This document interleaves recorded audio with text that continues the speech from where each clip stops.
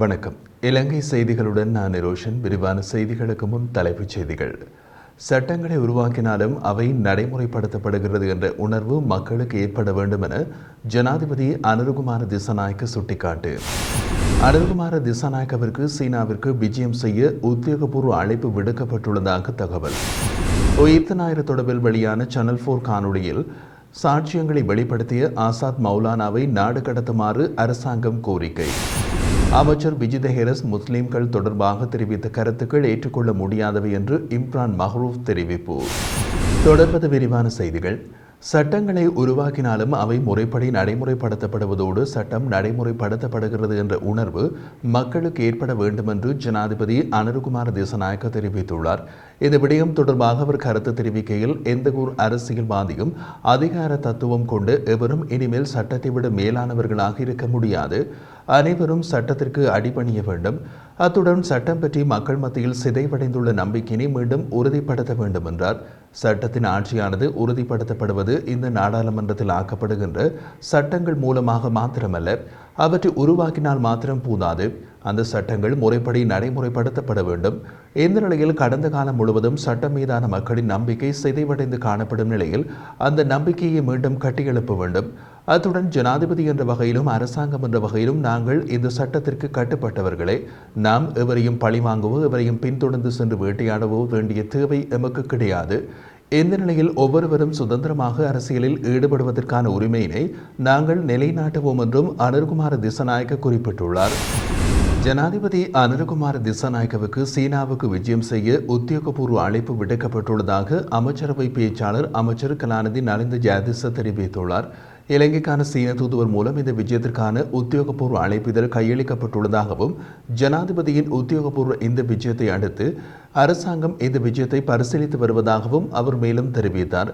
இது தொடர்பாக அவர் மேலும் தெரிவிக்கையில், ஜனாதிபதி அனுரகுமார திசாநாயக்க டிசம்பர் 3வது வாரத்தில் இந்தியாவிற்கு விஜயம் செய்வதற்கான உத்தியோகபூர்வ அழைப்பு கிடைத்துள்ள போதும் சரியான திகதிகள் இன்னமும் தீர்மானிக்கப்படவில்லை.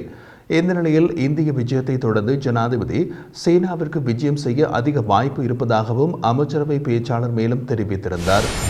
2025ஆம் ஆண்டுக்கான வரவு செலவு திட்டம் ஜனவரி மாதம் 9ஆம் தேதி நாடாளுமன்றத்தில் சமர்ப்பிக்கப்படும். அதே நேரம் 2ஆம் வாசிப்பு பிப்ரவரி 17ஆம் தேதியும் 3ஆம் வாசிப்பு மீதான விவாதம் பிப்ரவரி 27ஆம் தேதி முதல் மார்ச் 21ஆம் தேதி வரையிலும் இடம்பெறும் என்று அமைச்சரவை பேச்சாளர் நலிந்த ஜெயதிச குறிப்பிட்டார். இன்று இடம்பெற்ற அமைச்சரவை முடிவுகளை அறிவிக்கும் செய்தியாளர் மாநாட்டில் கலந்து கொண்ட அமைச்சரவை பேச்சாளர் இதனை தெரிவித்தார். அவர் மேலும் தெரிவிக்கையில், ஜனவரி முதல் ஏப்ரல் வரையிலான 4 மாதங்களுக்கு இடைக்கால தரநிலை கணக்காய்வை தயாரிப்பதற்கு அமைச்சரவை அங்கீகாரம் வழங்கியுள்ளதோடு நேற்று இடம்பெற்ற நாடாளுமன்ற கட்சித் தலைவர்கள் கூட்டத்தில் இந்த இடைக்கால தர கணக்கு விவாதம் நடத்துவதற்கான திகதி நிர்ணயிக்கப்பட்டுள்ளதாகவும் அதன்படி எதிர்வரும் டிசம்பர் மாதம் 5 மற்றும் 6ஆம் திகதிகளில் நடைபெற உள்ளதாகவும் கூறினார். மேலும் சந்தையில் நிலவும் நாட்டு அரிசியின் தட்டுப்பாடு மற்றும் விலையினை கட்டுப்படுத்த அரிசி இறக்குமதி செய்வதற்கு அமைச்சரவை அங்கீகாரம் வழங்கியுள்ளதன்படி இந்தியாவில் இருந்து 70,000 மெட்ரிக் டன் ஸ்வர்ண நாடு அரிசியினை இறக்குமதி செய்வதற்கு தீர்மானிக்கப்பட்டுள்ளது என்றார். இதேவேளை அமைச்சரவையில் முஸ்லிம்களின் பிரதிநிதித்துவம் குறித்து ஊடகவியலாளர்கள் எழுப்பிய கேள்விக்கு பதிலளித்த அவர், அமைச்சரவையை கையாளக்கூடிய மிக திறமை வாய்ந்த தனி நபர்களையே நாங்கள் தெரிவு செய்திருக்கின்றோம். அதன்படி மேல் மாகாண ஆளுநர், பிரதி சபாநாயகர், பிரதி அமைச்சர் பதவிகளை முஸ்லிம்களுக்கு வழங்கியுள்ளோம். அத்துடன் தேசிய பட்டியல் மூலம் முஸ்லிம் ஒருவருக்கு பிரதிநிதித்துவத்தையும் வழங்கியுள்ளோம். நாங்கள் இலங்கை முழுவதற்கும் சேவையாற்றுவது குறித்து கவனம் செலுத்துகின்றமே ஒழிய தேசிய மக்கள் சக்தி அரசாங்கம் இனம், மொழி, சாதி அடிப்படையில் அமைச்சரவையை உருவாக்கவில்லை என்றார். மத்திய வங்கியின் முன்னாள் ஆளுநர் அர்ஜுன மகேந்திரனை எதிர்வரும் பிப்ரவரி மாதம் 25ஆம் தேதி நீதிமன்றத்தில் ஆஜராகுமாறு கொழும்பு பிரதான நீதவான் நீதிமன்றம் உத்தரவிட்டுள்ளதாக செய்திகள் தெரிவிக்கின்றன. கடந்த 2015ஆம் ஆண்டு மத்திய வங்கியில் இடம்பெற்ற பிணைமுறுகள் ஏலத்தின் போது அரசாங்கத்திற்கு சொந்தமான 10 பில்லியன் ரூபாவுக்கும் அதிகமான பெறுமதியுடைய பணம் முறையற்ற விதத்தில் பயன்படுத்தப்பட்டமை தொடர்பாக இந்த உத்தரவு பிறப்பிக்கப்பட்டுள்ளதாக கூறப்படுகிறது. இதனால் அரசாங்கத்திற்கு உண்டான நஷ்டம் தொடர்பாக லஞ்சம் மற்றும் ஊழல் பற்றிய சாத்துதல்களை புலனாய்வு செய்வதற்கான ஆணைக்குழுவினால் நீதிமன்றத்தில் வழக்கு தாக்கல் செய்யப்பட்டிருந்ததுடன் குறித்த வழக்கின் முக்கிய சந்தேக நபராக அர்ஜுன மகேந்திரன் பெயர் குறிப்பிடப்பட்டிருந்தது. இந்த நிலையில் லஞ்சம் மற்றும் ஊழல் பற்றிய சாத்துதல்களை புலனாய்வு செய்வதற்கான ஆணைக்குழுவின் கோரிக்கையினை பரிசீலித்து கொழும்பு பிரதான நீதிவான் திலின கமகே இந்த உத்தரவை பிறப்பித்துள்ளமை குறிப்பிடத்தக்கது. ஒயித்தநாயர் சம்பவம் தொடர்பில் வெளியிடப்பட்ட சேனல் 4 காணொலியில் பல்வேறு சாட்சியங்களை வெளிப்படுத்தியிருந்த ஆசாத் மௌலானாவை நாடு கடத்துமாறு இலங்கை அரசாங்கம் கோரிக்கை விடுத்துள்ளது. சர்ச்சைக்குரிய ஒயித்தநாயர் சம்பவத்திற்கு முன்னாள் பிரதியமைச்சர் சிவனேசத்துறை சந்திரகாந்தன் என்று அழைக்கப்படும் பிள்ளையான் மற்றும் முன்னாள் அரச புலனாய்வு பணிப்பாளர் சுரேஷ் சாலை ஆகியோருக்கு தொடர்பு உள்ளதாக ஆசாத் மௌலானா சேனல் 4 காணொலியில் நேரடியாக தோன்றி வெளிப்படுத்தியிருந்தார். இது தொடர்பில் தற்போது சுவிட்சர்லாந்தில் தஞ்சமடைந்துள்ள ஆசாத் மௌலானாவிடம் மேலதிக விசாரணைகள் மேற்கொள்வதற்கு அவரை நாடு கடத்துமாறு இலங்கை அரசாங்கம் சுவிட்சர்லாந்து அரசாங்கத்திடம் கோரிக்கை விடுத்துள்ளது. ஒயித்தநாயர் சம்பவம் வெளிநாட்டவர்கள் உள்ளிட்ட 270க்கும் மேற்பட்டவர்கள் உயிரிழந்ததோடு 500க்கும் மேற்பட்டோர் காயமடைந்திருந்தனர். மேலும் பலர் அங்கவீனமடைந்துள்ளார்கள். குறித்த சம்பவம் தொடர்பாக தற்போது வரை எதுவித சட்ட நடவடிக்கைகளும் மேற்கொள்ளப்படாத நிலையில் ஜனாதிபதி அனுருகுமார திசாநாயக்கவின் அரசாங்கம் நடவடிக்கைகளை மேற்கொண்டு குற்றவாளிகளுக்கு தண்டனை வழங்குவதாகவும் உறுதியளித்திருந்தன. அண்மையில் பிள்ளையான் குற்றப்புலனாய்வு பிரிவுக்கு அழைக்கப்பட்டு அவரிடம் சுமார் 10 மணித்தியாலங்களுக்கு மேலாக விசாரணை மேற்கொள்ளப்பட்டது.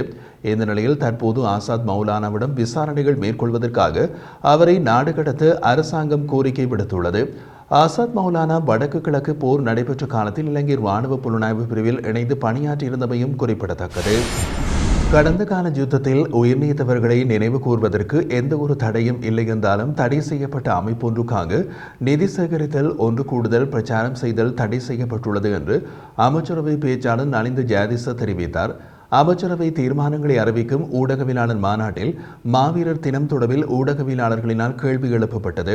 அந்த கேள்விகளுக்கு பதிலளிக்கையிலேயே அவர் இதனை குறிப்பிட்டுள்ளதுடன் குறித்த அமைப்பின் கொடி, இலச்சினை மற்றும் கீதம் ஆகியவற்றினை பயன்படுத்துவதற்கும் தடை விதிக்கப்பட்டுள்ளது. அதே நேரம் உயிர்நீத்த தமது உறவுகளை நினைவுகூரும் நிகழ்வுக்கு இடையூறு விளைவிப்பதற்கு அரசாங்கத்திற்கு அதிகாரமில்லை என்பதோடு உயிர்நீத்த உறவினர்களை நினைவு கூர்வதும் தடை செய்யப்பட்ட அமைப்பொன்றை நினைவு கூர்வதும் ஒன்றல்ல. ஆகவே இதனை குழப்பிக் கொள்ள வேண்டாம் என்றார். இந்த நிலையில் அரசாங்கத்தினால் தடை செய்யப்பட்ட அமைப்பொன்றை நினைவு கூர்வதற்கோ அல்லது அந்த அமைப்பின் கொடி, இலச்சினை, கீதம் ஆகியவற்றை பயன்படுத்துவதற்கோ அனுமதி வழங்கப்படவில்லை என்பதை தெளிவாக கூறிக்கொள்கிறோம் என்று குறிப்பிட்டிருந்தார். அமைச்சர் விஜித ஹேரத் முஸ்லிம்கள் தொடர்பாக அக்குரணையில் தெரிவித்த கருத்துக்களை ஏற்றுக்கொள்ள முடியாதவை என்று பாராளுமன்ற உறுப்பினர் இம்ரான் மஹ்ரூப் தெரிவித்தார். ஊடகங்களுக்கு இது குறித்து அவர் கருத்து தெரிவிக்கையில், தேசிய மக்கள் சக்தியில் வெற்றி பெற்ற முஸ்லிம்களுக்கு அனுபவம் போதாமையினாலேயே அமைச்சரவையில் அவர்கள் எவரும் சேர்த்துக் கொள்ளப்படவில்லை என்று அண்மையில் அமைச்சர் தெரிவித்திருந்தார். தேசிய மக்கள் சக்தி மூலம் தெரிவான 159 பேரில் எத்தனை பேர் கடந்த கால பாராளுமன்ற அனுபவங்களை பெற்றவர்கள்? தற்போது நியமிக்கப்பட்டுள்ள அமைச்சர்களுள் எத்தனை பேர் கடந்த கால அமைச்சு அல்லது பிரதி அமைச்சு அனுபவம் பெற்றவர்கள் என்பதை அமைச்சர் கவனத்தில் கொள்ள வேண்டும். தேசிய மக்கள் சக்தியின் ஒரு சிலரை தவிர ஏனைய அனைவரும் புதியவர்கள் என்பதோடு அவர்களுள் பலருக்காகத்தான் அமைச்சு பதவி வழங்கப்பட்டுள்ளது. இதேபோல குறைந்தபட்சம் முஸ்லிம் ஒருவருக்கு அமைச்சு வழங்கி இருக்கலாம். இதனை வழங்குகின்ற மனநிலை தேசிய மக்கள் சக்திக்கு இல்லை. இதனை மறைப்பதற்காகத்தான் அனுபவ குறைவு கதையை அமைச்சர் சொல்கிறார் என்பதோடு சுமார் 10 லட்சம் முஸ்லிம் வாக்குகளை பெற்று ஆட்சிக்கு வந்த இந்த அரசாங்கம் முஸ்லிம்களை புறக்கணிக்கும் செயற்பாடுகளை இப்போதே ஆரம்பித்து விட்டமையும் மிகவும் தெளிவாக தெரிகிறது என்று குறிப்பிட்டிருந்தார்.